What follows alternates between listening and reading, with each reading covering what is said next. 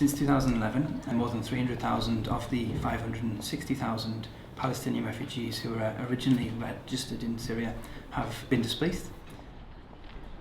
More than half of these have fled to neighbouring countries such as Lebanon, Jordan and Turkey. Approximately 60,000 to 79,000 Palestinian refugees from Syria have fled onwards to Europe.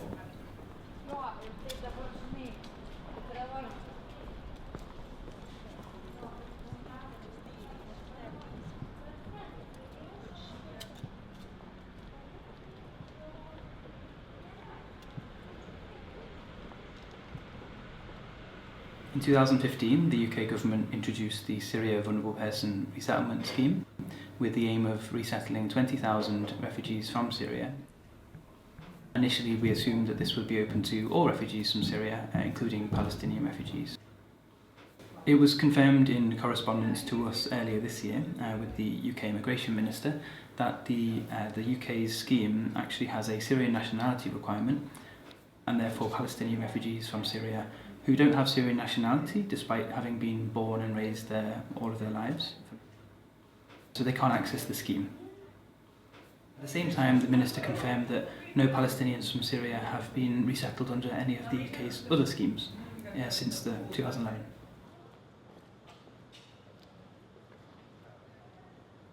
I'm currently acting for some families who are in Lebanon at the moment. These are families who fled the war in Syria.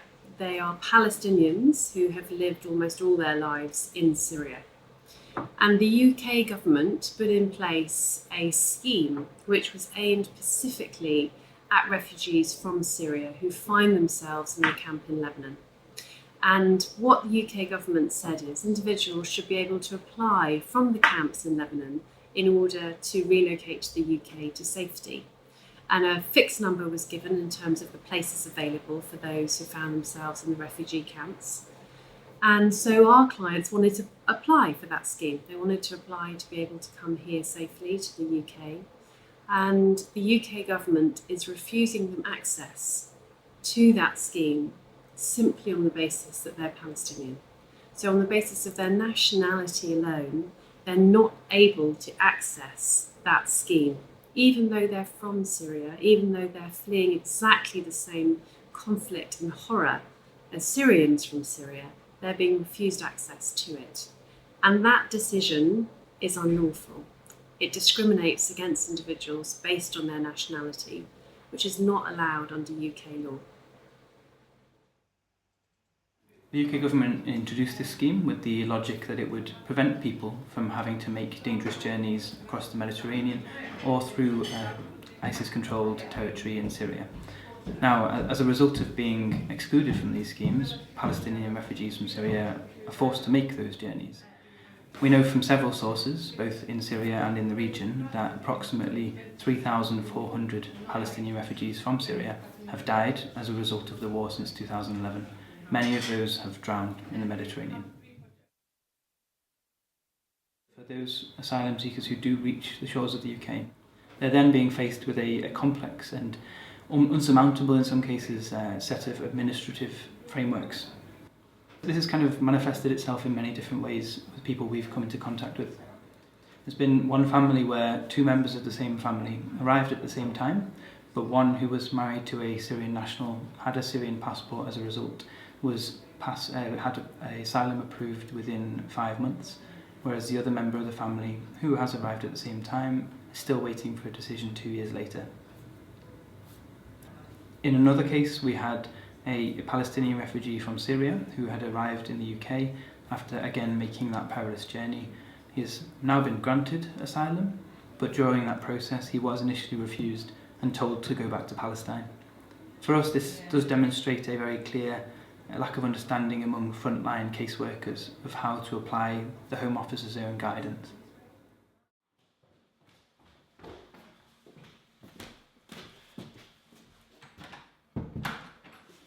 They told me on the refuse, you must go back to Palestine. I wish that, really I wish that, okay, I am refusing you, go back to Palestine. You receive the refuse on the letter, and you cannot talk even with the caseworker, and you cannot explain for him anything, and he don't understand our situation. After that, if you want to answer for the refuse, you will go to the court. It will take 8 months, 10 months. He told me, go back to Palestine. I wish I can. My home in Palestine, that I never saw it, but my grandpa and my father was telling me about them in Tabariya before 1948.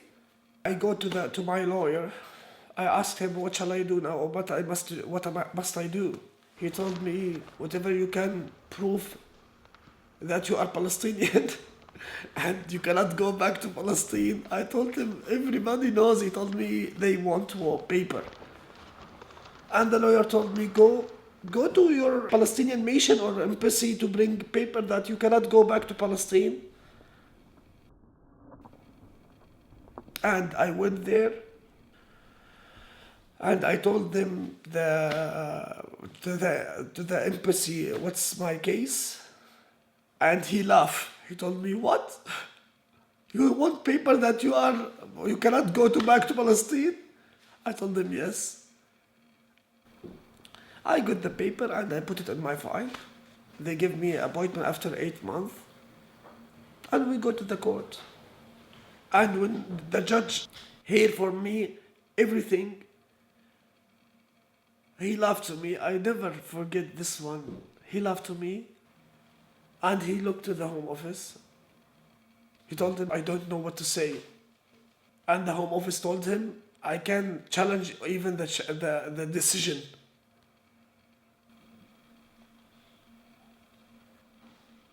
After 2 weeks, I have the decision.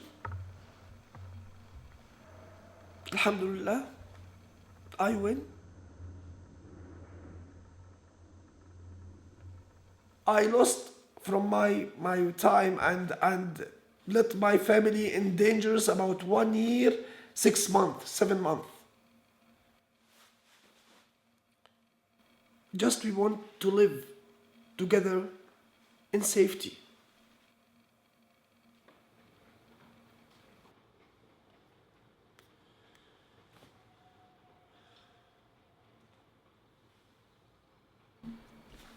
The British government understand, and they know and they understand about all the Syrian refugee. But I can't believe it that the British government, they cannot understand that the Palestinian refugee in Syria, what's the situation? We came from the same war, from the same area, from the same country, but they didn't make with me the same thing with the Syrian people.